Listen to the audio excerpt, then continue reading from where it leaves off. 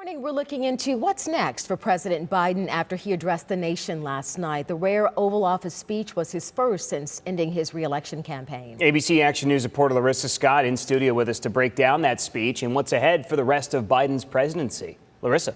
Hey, good morning, James and Dia. Well, it was a historic moment last night when President Biden gave a speech explaining the end of his second-term bid and how to move forward now.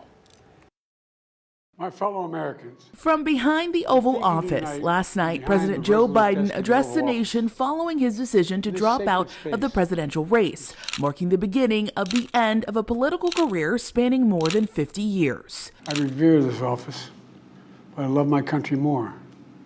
It's been the honor of my life to serve as your president.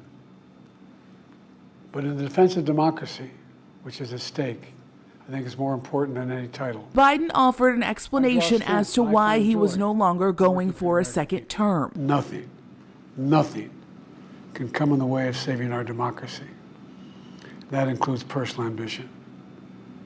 So I've decided the best way forward is to pass the torch to a new generation. There's also a time and a place for new voices, fresh voices, yes, younger voices.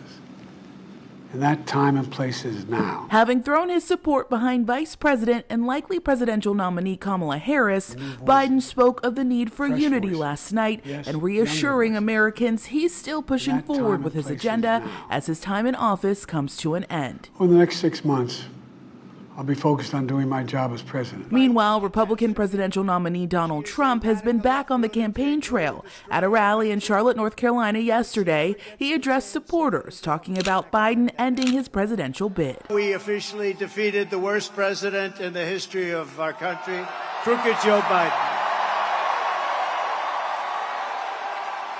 He quit because he was losing so badly in the polls. But really what happened was the leaders of the Democrat Party, in a very undemocratic move, the bosses, they said either you get out or we're going to throw you out.